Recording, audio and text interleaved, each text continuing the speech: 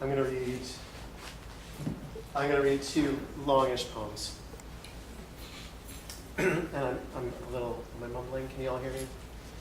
Okay. Maybe a little. A little more. A little more? Okay. Let's see if I can-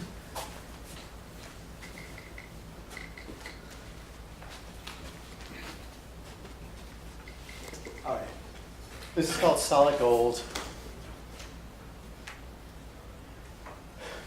Let's start with 1978. Whenever I call you friend, maybe. Truly lovely. Though hollowed out by 1995, that skin-crawling scene in Safe, where Julianne Moore is trying to convince herself she's having a good time at the Toxicity Reduction Campground's Wednesday dance. Can any art come out the other side of that? Maybe its form. The duet, empty, overblown, its profitability in question, then reemerging changed on a beautiful spring day in the early teens. It's a beautiful spring day. Beautiful day for variety. But formal variety bores me. Sistina, Haibun, Villanelle. Who am I kidding? The name attached to me is just a sticker, fluorescent sticker on a page you've read beyond and may or may not return to, depending on what's next.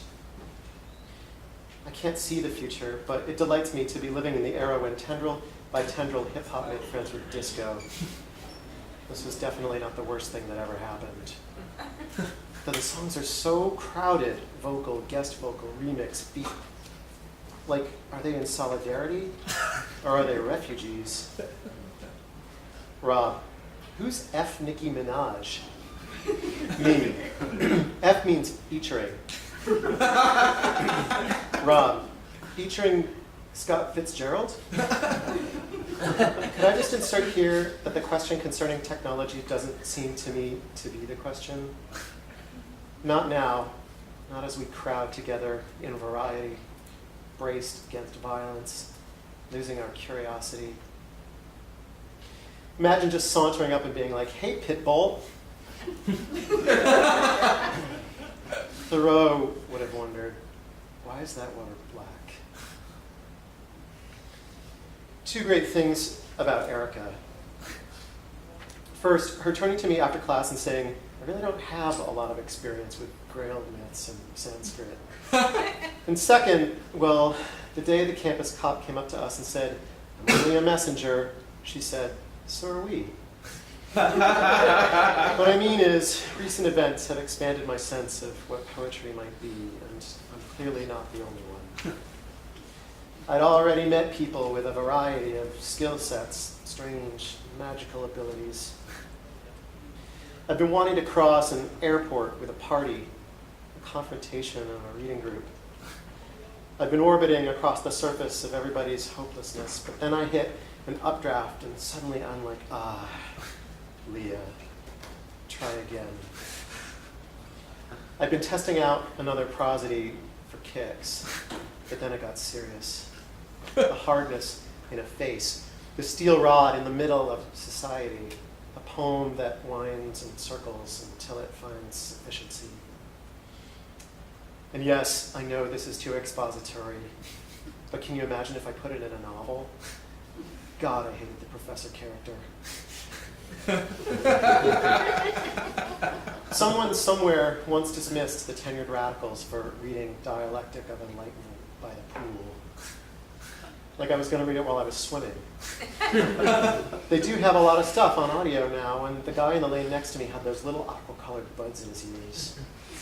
The lifeguard had them too. The Who would read Adorno and Horkheimer for books on tape? I think the Harry Potter people got John Gielgud. Either way, you'd need to read a lot of Latin, and there's definitely a Voldemort in both cases. The eunuch-like crooner on the radio, the heiress's smooth suitor. These are models for those who must become whatever the system wants. I think of California sunsets viewed from exile, high above Los Angeles. I think of California. When I first moved here, I thought the dialectic meant natural beauty versus real estate. Now I think it's real estate against the dialectic. But how long can you keep people down, really? Another century? Rise up, California. I'm tenured. I'm useless. I'm ready. That was 2009. I can't remember what the hits were. Now all my poems are written on the train to Baltimore. Music and video and books on my lap. And somewhere outside Odenton, my secondarity achieves a sheen.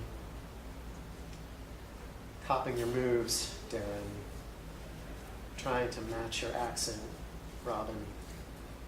Mouthing your every word, Renee Shar. Single ladies, duh.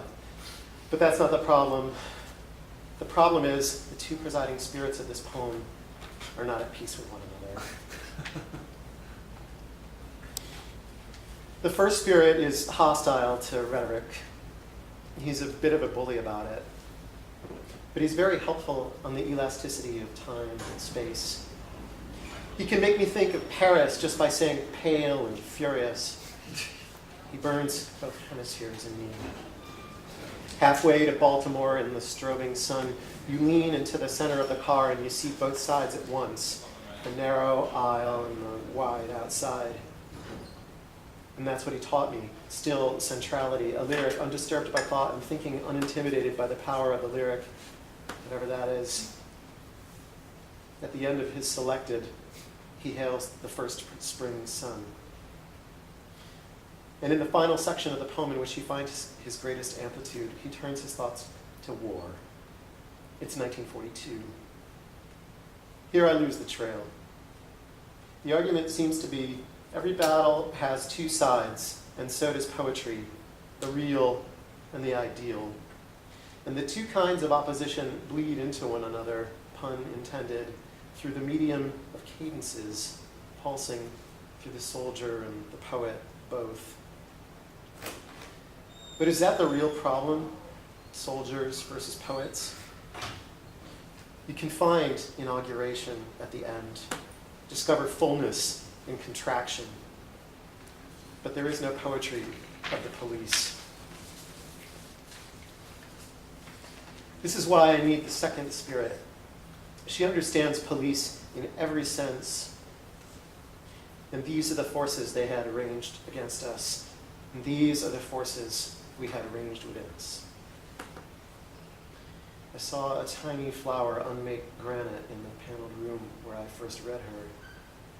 And I learned from her what no other poet could teach me, what a relief it is simply to just blame people for their suffering.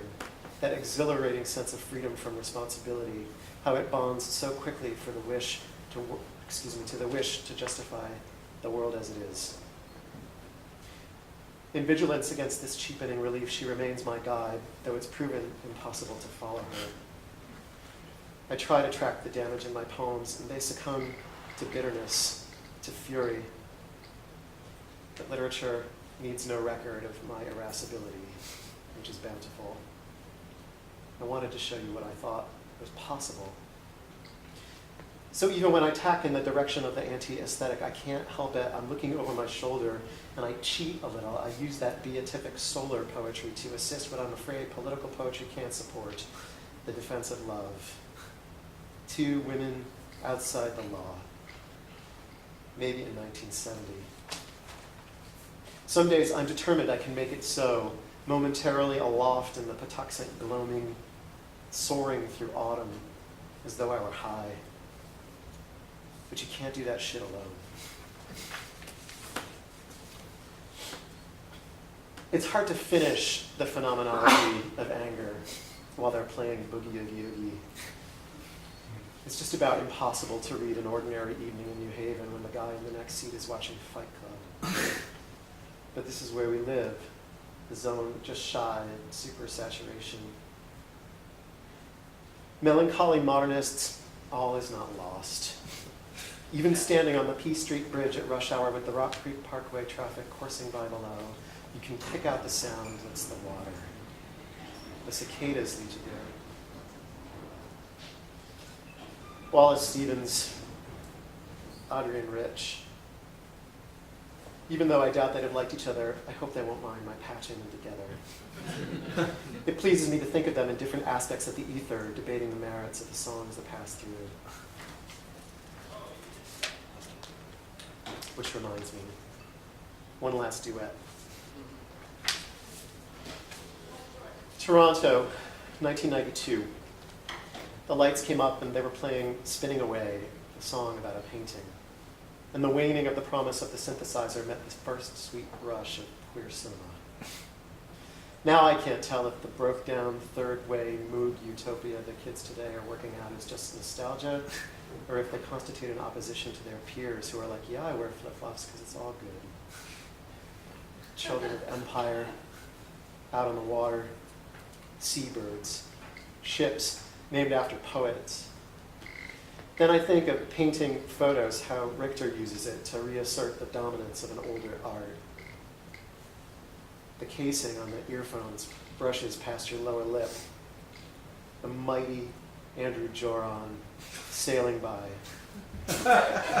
Andrew, tell me what poetry should be about. I have a list of band names that comes close.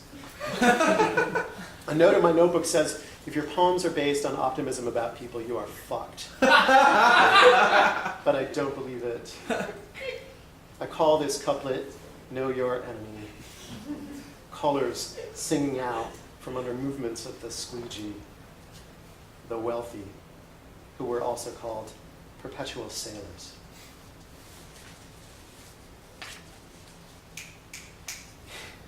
In Stevens, universities are home to rhetoric, enemy of everything actual. For Rich, the question was, shouldn't the janitors go to class for free? No alchemy can make these two positions speak. But in the ether, you can fudge the contradiction. Solid gold. Hedged bets, awkward compromises, kidding yourself. Poetry, in other words. Sometime in the middle 1940s, the youthful Pasolini writes a few brief stanzas in Friulian about the day of his death. He imagines schoolboys trotting down the sidewalk, curls in their blonde hair. And much in the way he couldn't have been more wrong, I have to admit the sunlit fullness of the music of the 1970s was bought on borrowed time. I'm not sure where that leaves me. The university, so clearly not the glade I thought it was. The songs that taught me beauty built on false assumptions. But I hope they're playing something sweet the day I die. Tiny dancer, maybe. I'm sure they will be somewhere.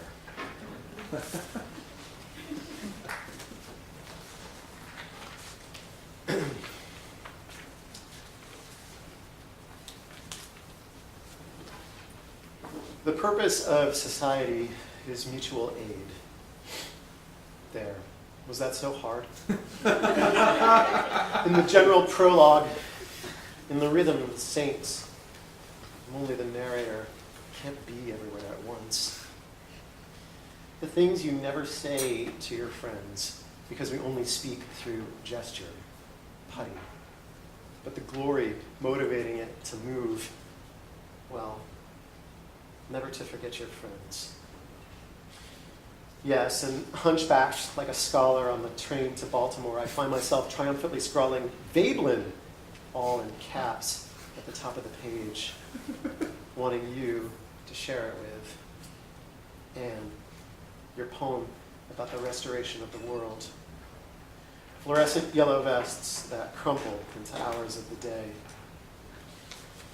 And Joshua, choppy water bouncing me toward Marco Polo. How I think of you. Installed in the customs house and barring the way. Somewhere off to my right, the grave of Ezra Pound. Waves against the hull like knuckles on a door. A world built out of echoes of itself that gradually assumes substantiality. I tell you, after a week in Italy, you really, really want to see a painting of the Buddha. Oh, and Juliana, if you read this, I tried to be a peasant looking at a picture of an angel, but I couldn't believe in love until I got to the creation of the animals. How they launch into life from out of the void, blind. All of history ahead of them. And that's when I thought of you. Like, do those robins ever settle in at night and just think, best nest ever? That's the subject of this poem. I had a dream. It went like this. Time was discovering itself. My flight was delayed. I urgently needed to join you, but there was nothing to do but wait. I fiddled with Grindr a bit. I wrote a little poem. Arizona, bright light, country I avoided, megachurches, chain hotels, and concourse B. The furtive, the religiously punished, male gazes, disappointed, anguished, arrogant. The arrogance of men who've really only managed to be born into the hegemon. And the kind-hearted faces, the ones that make you wonder what protects them. One of them is 50 feet away. Another one's 3 miles from here. Another one is leaping free right now in fury with a spiral kick.